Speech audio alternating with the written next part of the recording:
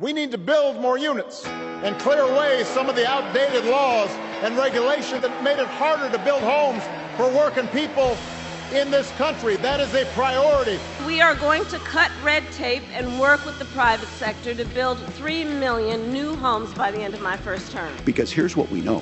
People with stable housing end up with stable jobs.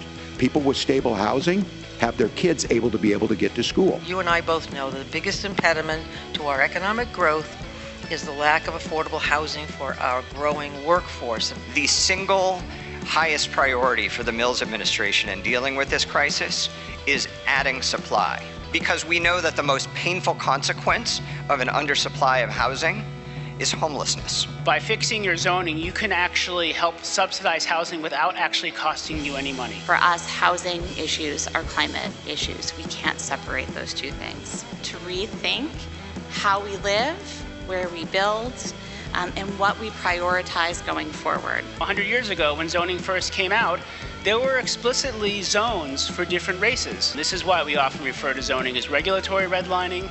It's a way of basically creating segregation. So long as we continue to operate in a system where the comfortably housed get to decide where and when others are comfortably housed, we can't be surprised. Yes to housing. Yego kumazu. Nibzo inzu irakenewe.